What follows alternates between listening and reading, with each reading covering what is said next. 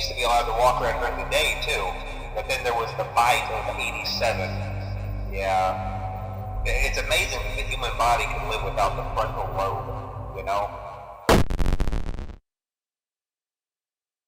The Bite of 87, an event I'm sure every FNAF fan new or old is all too familiar with. A tragedy that occurred at a Freddy Fazbear's Pizza where someone at a location in 1987 was attacked by an animatronic. This mystery is iconic, and back when Five Nights at Freddy's was in its fledgling years, it was one of the biggest mysteries the fandom discussed. But despite the fact that it's been over 10 years, no one's ever managed to solve what the Bite of 87 was, when it happened, and most importantly of all, the animatronic that did it. But no more. Because there's been a detail hidden under our noses for a decade that I'm surprised no one has ever looked into. A detail that might just solve the culprit of the bite. I'm WitheredCircle, and today we're here to answer the real question.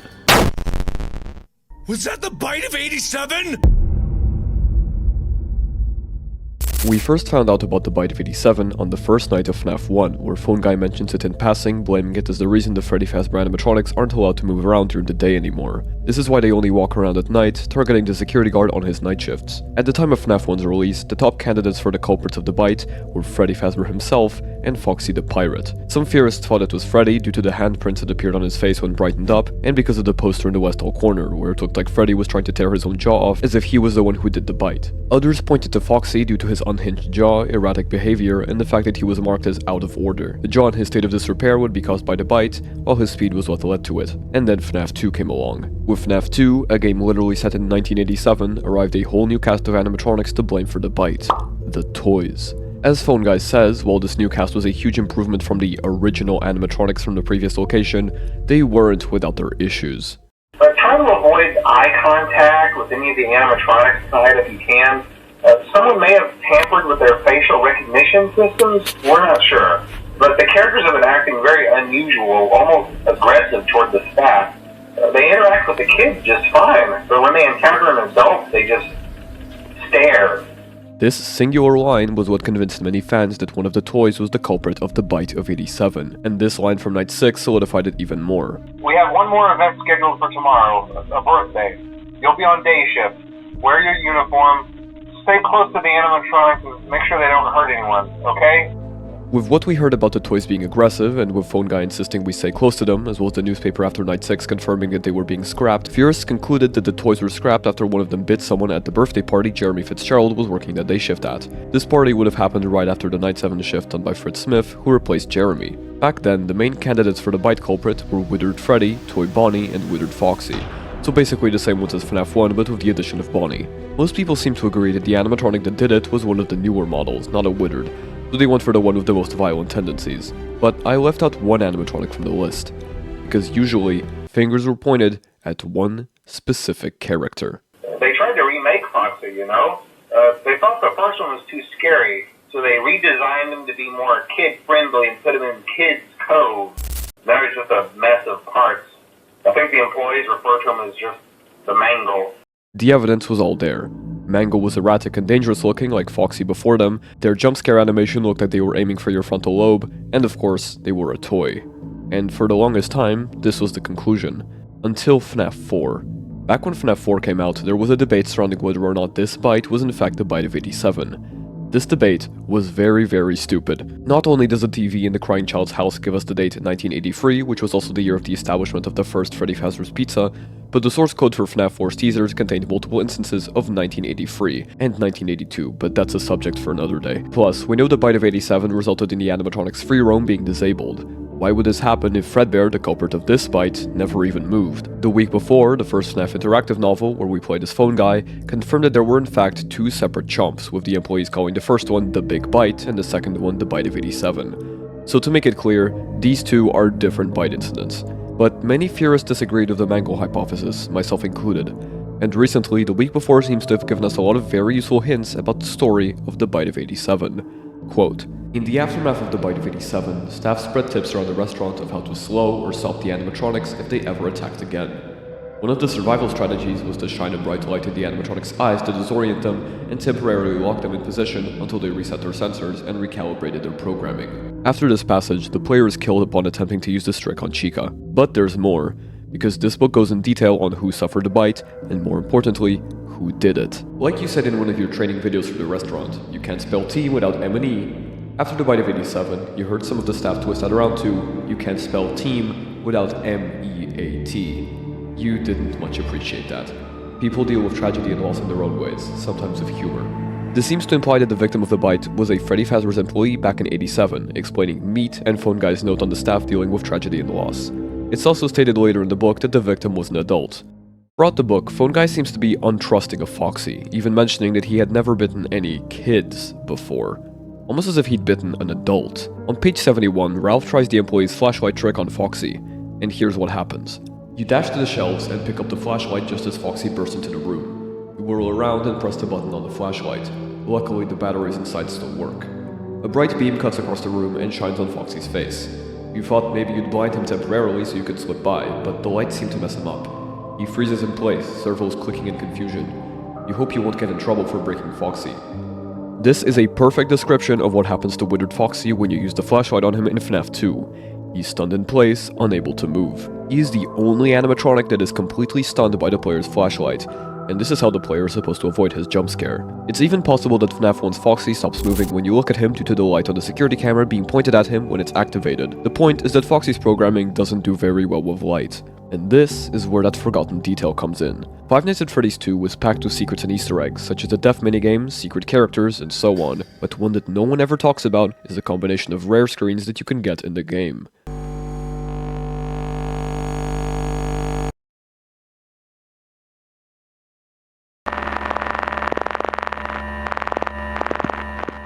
These free screens of Withered Freddy, Withered Foxy, and Toy Bonnie were shown under different circumstances, rarely appearing when booting up the game, starting a night, and after death respectively. The big question is, why these free? What did these screens mean at the time, and why did Scott add them in? And there's even more. But I'll let my friend Nero Raven take over for a bit to explain our reasoning about this detail. While on my FNAF 1 and 2 Notes of Importance stream, we were looking into these 3 mysterious screens you can get in FNAF 2 either when you were just booting the game up, starting a night, or when you reach a game over screen. These depict Withered Freddy, Toy Bonnie, and Withered Foxy, all with hollowed out eyes. Now at base it doesn't tell us much as well, it's just some Easter egg with creepy animatronics. Well, while we were looking into this, I was wondering if this could be referencing the bite, as at the time, these were our candidates for the bite of 87. After this I brought up, well, if it's the bite, what if it's something that happened during the day, and thus we are getting these at night, leading us on a mystery of who did the bite of 87 and where in FNAF are we told who did it. However, to find that out, I'm going to pass it on to Withered to tell you the rest. Thanks, Raven. It's not like these were random and just for a spooky effect like the Bonnie screen in the first game. They were positioned at specific parts of the game and all had one major element in common: the sound that played when they were shown.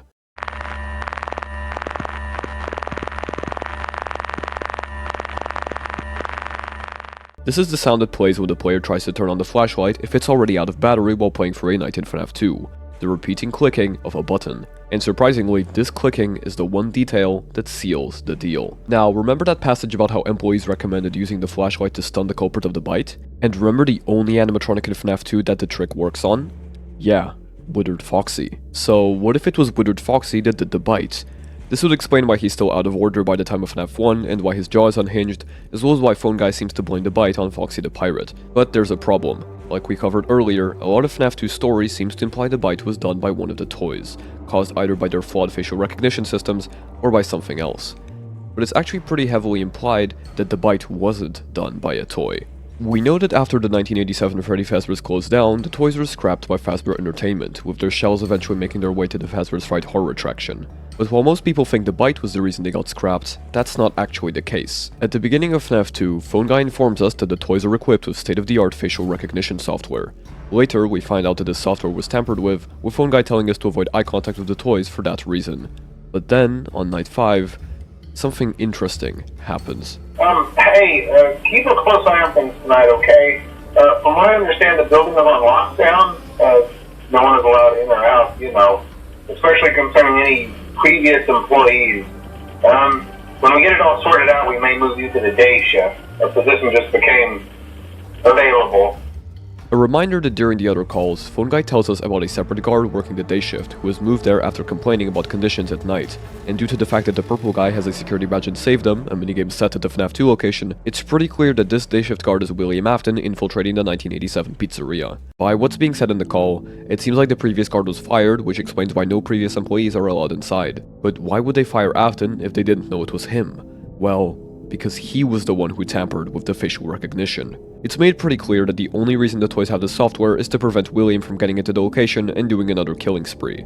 In order to get around that, William would have to disable or tamper with the toy's facial recognition tech. Once he's done that, he's free to kill the 5 kids we see in the Save Them minigame. On night 6, Phone Guy completely changes gears, specifically telling us to stick close to the animatronics and to make sure they don't hurt anyone. In this case, it's actually quite likely he's talking about the Withereds. Night 6 is also the night that Withered Golden Freddy, the yellow suit in question, becomes active. The suit Phone Guy is referring to is the old Fredbear suit, and the animatronics reacting to it the strongest are the original 1985 Freddy's gang. If Fazbear Entertainment is confident enough to have a final birthday party at the location, the issues with the toys had to have been fixed by then. It's likely that a technician came by and fixed the toys between the lockdown and the birthday party, so Phone Guy isn't telling us to watch out for the toys. He's telling us to keep an eye on the old, battered, withered animatronics. And this is where the rare screens and the flashlight sounds come in. Here's the story of what happened on that fateful birthday party. When Jeremy arrived at his day shift position, the party started out fine. The toys were acting normal and the Withereds were kept under close control. No kids were going out of the party areas anyway, but Jeremy decided to pay a visit to Parts and Service to make sure none of the animatronics were a risk to partygoers. This was his mistake. Jeremy had forgotten to put new batteries into his flashlight after his previous night shift, so when he noticed Withered Foxy moving around and grabbed his flashlight by instinct, it didn't turn on. All he heard were empty clicking sounds, followed by a loud, deafening scream, then silence. After the incident, the free roam programming of the originals was disabled, and the toys were scrapped. Too much work, and if it hadn't been for them, that horrible accident could have been avoided. It's not like their facial recognition tech worked anyway. Company founder William Afton had managed to come back and do it all again. This is the true meaning of those rare screens and the flashlight noises. The reason they play is because they were the cause of the bite of 87. All it took was one uncharged flashlight to put an end to the location and a stain on the reputation of Freddy Fazbear's Pizza. Through these seemingly random Easter eggs, Scott was giving us the clues we needed to definitively solve the bite of 87. So no, the bite culprit wasn't Mangle. It was Withered Foxy. This even explains why Ralph tries the trick on Foxy in the week before, and even notes that, luckily the batteries inside still work. He knows what happened that day, and he's glad he didn't suffer the same fate as Jeremy. Overall, I think this theory is very solid, and uses some great evidence to piece together the story of the bite. And with that, I present to you Flashbite Theory. But Raven, what do you think? I really like this theory, and there's things that I feel do point us towards this direction. Even more so with the fact of the week before in which Ralph blames the victim for the bite, not the animatronic. We even have the dead flashlight sound in those rare screens. It just seems to be pointing us that at least the bite of 87 was caused due to a dead flashlight. So to me, this theory gets a 7 out of 10. It's a great theory, though it does have its issues for sure. Also, thank you so much for having me on, Withered, and I hope to be on again sometime soon. Stay safe, everyone. Thanks for watching. I hope you enjoyed this theory, and if you did, please consider liking and subscribing, but most importantly, commenting your opinion. Bye.